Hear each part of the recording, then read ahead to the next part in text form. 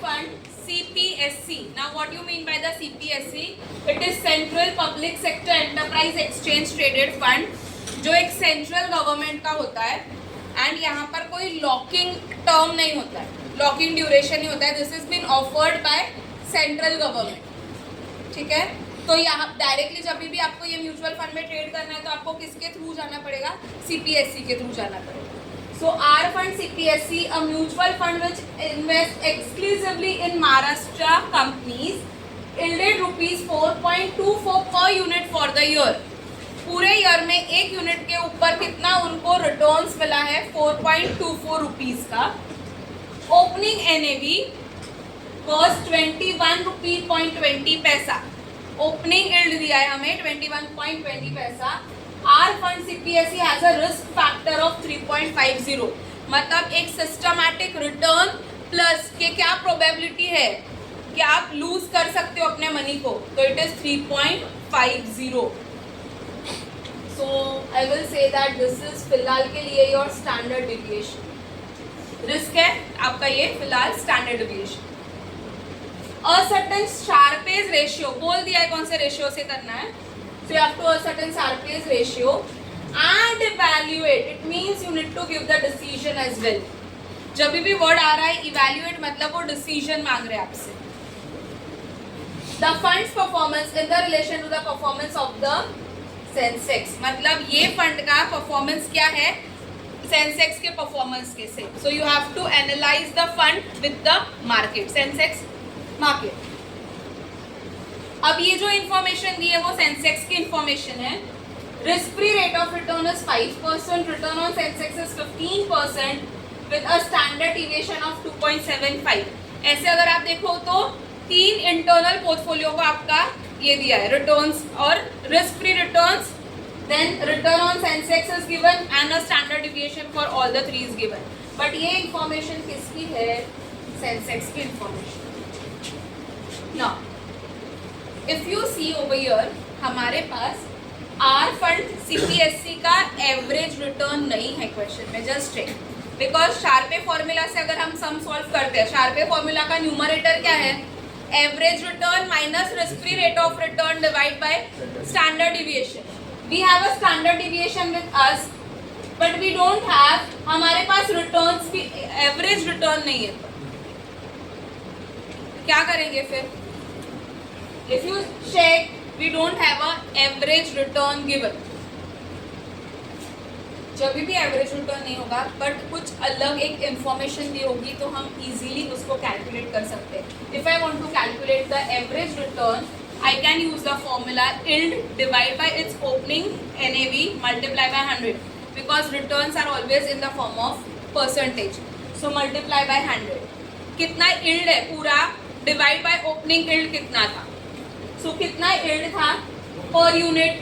4.24 divide by opening yield कितना था? 21.20 into 100. if you do you will be getting the average return of 20%.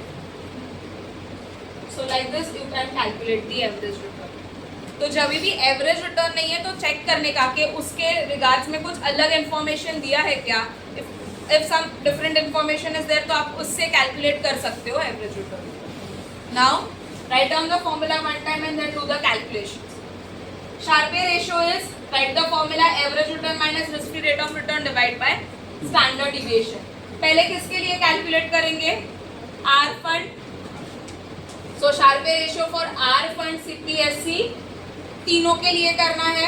तो for first average return कितना मिला हमें? 20%. So 20 minus what was the risk free return for first one? 5%. So minus 5 divide by standard deviation. ये standard deviation सारे Sensex के हैं, हमें ये नहीं लेना है. हमें आर फंड सीपीएससी का कितना ये है standard deviation?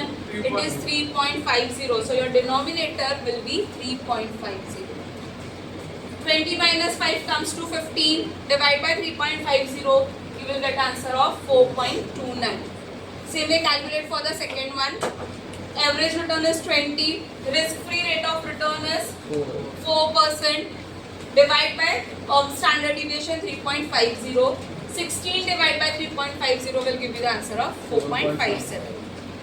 Third one, again, average return is 20, risk-free rate of return is 7, divided by standard deviation 3.50. So 13 divided by 3.50 will give you the answer of 3.7.